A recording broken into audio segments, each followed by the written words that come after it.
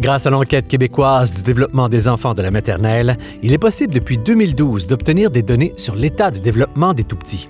En 2022, 1504 enfants de la maternelle en Abitibi-Témiscamingue, soit 94 % des élèves, ont participé à cette vaste enquête. L'implication exceptionnelle des enseignants de maternelle a été essentielle pour la réussite de cette enquête qui a visé 108 classes dans la région. 5 grands domaines de développement ont été mesurés: la santé physique et le bien-être, les compétences sociales, la maturité affective, le développement cognitif et langagier, les habiletés de communication et connaissances générales. Les enfants dits vulnérables sur le plan du développement sont plus susceptibles d'avoir des difficultés d'apprentissage et des problèmes d'adaptation scolaire et sociale. L'enquête nous démontre que 10 % des enfants sont vulnérables dans le domaine santé-bien-être, 11 % dans les domaines compétences sociales et maturité affective et 12 % dans le domaine habileté de communication et connaissances générales. Ces résultats sont comparables aux données provinciales.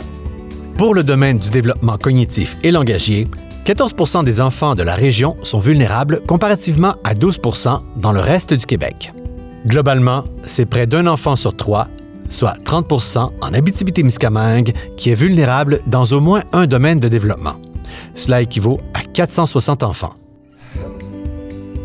L'enquête démontre qu'au Québec, les enfants dits vulnérables qui fréquentent la maternelle proviennent de tous les milieux et représentatifs de la diversité ethnoculturelle. Toutefois, les enfants vulnérables sont plus souvent des garçons, soit 35 %, les plus jeunes de la classe, soit 35 %, nés à l'extérieur du Canada, soit 37 %. Plus souvent, ils parlent une autre langue que le français à la maison, soit 38 %. Ils vivent dans un secteur défavorisé, soit 35 %. Fréquentent une école dite défavorisée, soit 33 %, ou n'ont pas fréquenté un service de garde avant leur entrée à la maternelle. De nombreux facteurs jalonnent le parcours d'un enfant. Cela peut avoir une influence positive ou négative sur son développement ainsi que sur son cheminement scolaire et social. Il importe donc d'agir tôt. La collaboration entre tous les acteurs de la petite enfance est essentielle pour s'assurer que tous les enfants reçoivent le soutien dont ils ont besoin au moment opportun. Situation encourageante, de nombreux efforts sont consentis dans la région. Prenons par exemple le service d'inscription en ligne Ma Grossesse pour joindre rapidement les femmes enceintes et leurs partenaires de vie. L'ajout récent des rencontres périnatales dédiées spécifiquement aux pères de l'Abitibi-Témiscamingue, l'accompagnement gratuit de relevailles à domicile et de marraines d'allaitement, le programme Agir tôt pour identifier les indices de difficulté des tout-petits et les référer rapidement, les activités de stimulation et de halte-répit dans les maisons de la famille, les activités d'éveil à la lecture dans les bibliothèques, les ententes pour favoriser l'accès aux services de garde pour des enfants en situation de vulnérabilité, les initiatives de plus en plus nombreuses pour faciliter les transitions vers la maternelle 4 ans.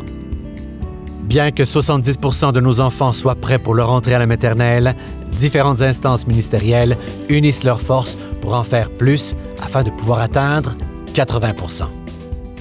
Ensemble, nous pouvons influencer positivement leur parcours de vie.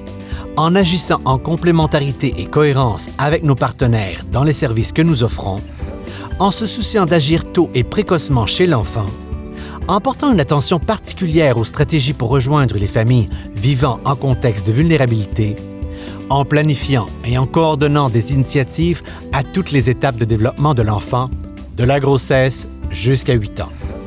Pour les 1600 bébés qui voient le jour annuellement en Abitibi-Témiscamingue, unissons nos efforts.